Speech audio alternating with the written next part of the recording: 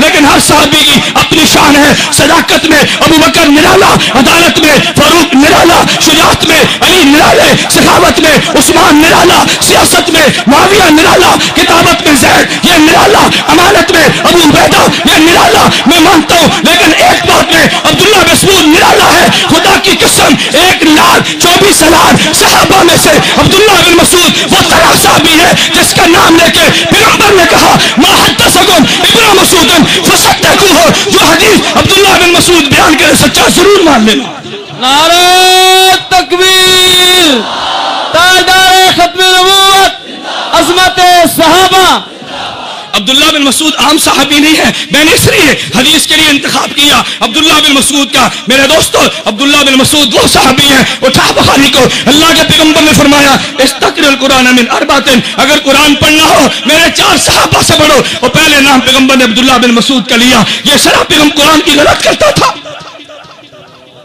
عبداللہ بن مسعود کی بات مانو یہ تیری مان لوں نہیں ہوگا. میں بات مانوں گا عبداللہ بن مسعود کی. کیوں؟ میرے پیغمبر دنیا سے چلے گئے صحابہ کے حوالے کر کے گئے. آئے لوگ کہتے ہیں تم نے کلمہ نبی کا پڑھا، ہم کہتے ہیں یہ نبی کا پڑھا. کہتے ہیں پڑھو کلمہ لا الہ الا اللہ محمد رسول اللہ. کلمہ نبی دا پڑھیا گل عمر دی من دیو، کلمہ نبی دا پڑھیا گل عثمان دی من دیو، کلمہ نبی دا پڑھا گل تو علی دی من دیو. میں کہو دجال اور کذاب اپنی زبان کو لگام دے.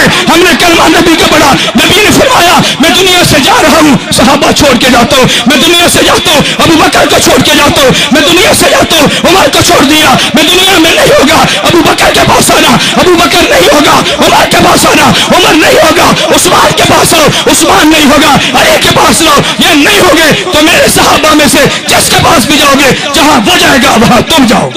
نعرہ تکبیر، تاجدار ختم نبوت، عظمت صحابہ. اس لیے تو خاتم الانبیاء نے اعلان کیا فرمایا ما من احد من اصحابی یموت باحسن الا بعث قائدم الا بعث قائدم ونور لهم یوم القیامہ. فرمایا جس سرزمین پہ میرا صحابی وفات پا جائے گا قیامت کو اٹھے گا ان کا قائد بھی ہوگا، ان کے لیے نور بھی ہوگا. میرے دوستوں میں نے عرض کیا میں عبداللہ بن مسعود رضی اللہ عنہ فضائل پہ زیادہ بات نہیں کرتا. میں نے کہا عبداللہ بن مسعود نے پیغمبر کی حدیث کو نقل کیا. اور دوسری میں نے روایت پڑھی عبداللہ بن عباس کی. عبداللہ بن عباس کون ہے؟ تو نے قرآن کی آیت پڑھی ہے نا. میں کہتا ہوں قرآن کی آیت تو نے پڑھی. شرح عبداللہ بن عباس سے لا. عبداللہ بن عباس کون ہے؟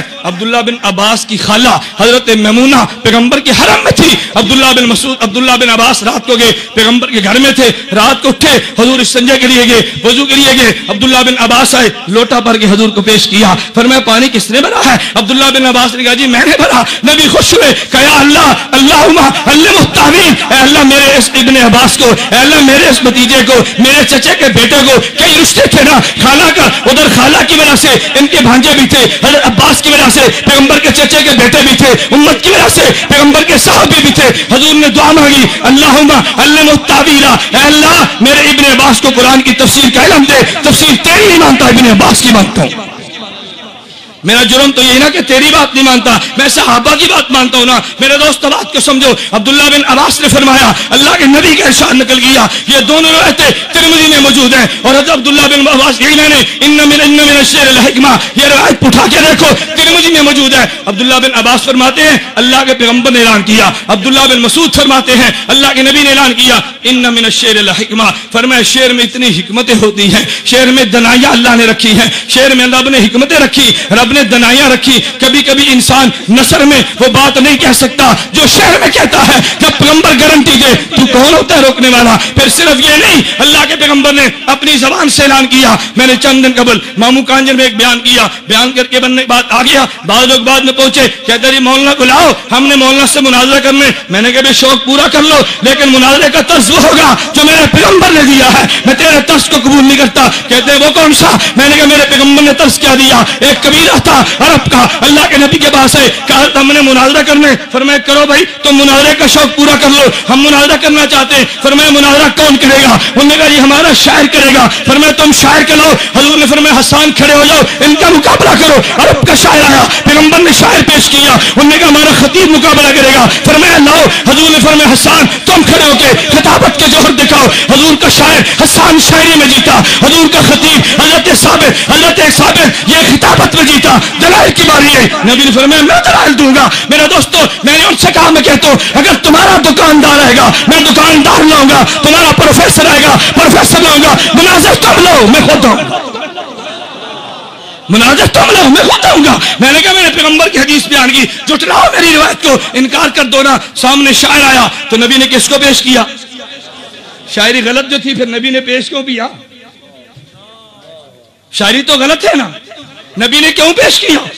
ادھر سے شاعر آیا پیغمبر نے شاعر پیش کیا، ادھر سے خطیب آیا تو نبی نے، خطابت تو غلط ہے نا، یہ تو بازو چڑھاتے ہیں، یہ تو خلاف سنت باتیں کہتے ہیں، یہ میرا عنوان نہیں ہے، ورنہ میں خطابت پہ دلائل لاتا۔ میرے دوستو خدا کی قسم میں دیوبندیت کے ایک رخ پہ بحمد اللہ دلائل رکھتا ہوں، تم سٹیج لگاتے جاؤ میں دلائل دیتا جاؤں گا۔ میں نے ایک جلسے میں علماء سے کہا، میں نے کہا تم کہتے ہو نا جب خطیب تقریر کرتا ہے تقریر سے قبل کہتے میں نے تمہید باندھی ہے بیان بعد میں کروں گا، یہ بھی پیغمبر سے ثابت ہے۔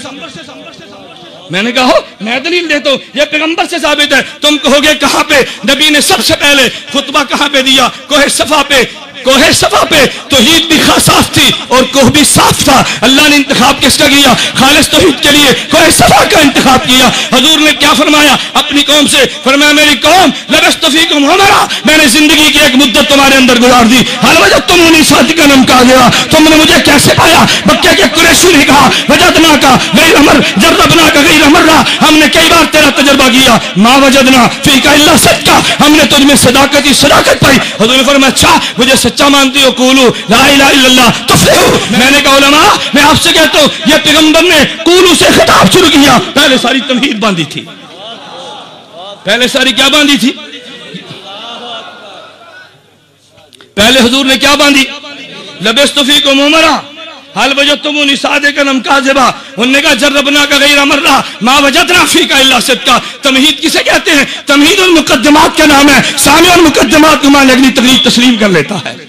یہ پیغمبر نے مقدمات قائم کیا نا۔ اب تمہارے اشکال کیا ہوگا؟ کہتے جی حضور نے نام تو نہیں رکھا تھا نا، میں نے ایک جگہ پہ بیان کیا تو بعضوں کو چرت ہوتی ہے نا، کہتے تم تقلید کو مانتے ہو، میں نے کہا جی مانتا ہوں، کہتے قرآن سے پیش کرو، قرآن میں لفظ تقلید دکھاؤ ہم مقلد ہو جائیں گے۔ میں نے کہا اگر تم سے کوئی یہ بات کہہ دے قرآن سے لفظ توحید دکھاؤ ہم موحد ہو جائیں گے، تم توحید کا لفظ پیش کرو۔ کہتے مولانا قرآن نہیں کہتا قل یا ایھا الکافرون لا اعبد ما تعبدون، قرآن نہیں کہتا قل ھو اللہ احد، قرآن نہیں کہتا ادعوا ربکم، قرآن نہیں کہتا یہ سب توحید ہے۔ میں نے کہا میرے دوست قل ھو اللہ احد یہ توحید کا معنی ہے، توحید کا لفظ نہیں ہے۔ اور اسی طرح واتبع سبیل من اناب الی، تقلید کا معنی ہے، لفظ تقلید نہیں ہے۔ اولی الامر منکم تقلید کا معنی ہے، تقلید کا لفظ نہیں ہے، توحید کا لفظ نہیں، توحید کا معنی قرآن میں موجود ہے۔ میں کہتا ہوں توحید کا معنی قرآن میں ہے، توحید کا لفظ نہیں ہے، تقلید کا معنی قرآن میں ہے، لفظ نہیں ہے۔ اگر لفظ نہیں تھا تقلید کا انکار کرنا ہے پھر توحید کا بھی انکار کرتے،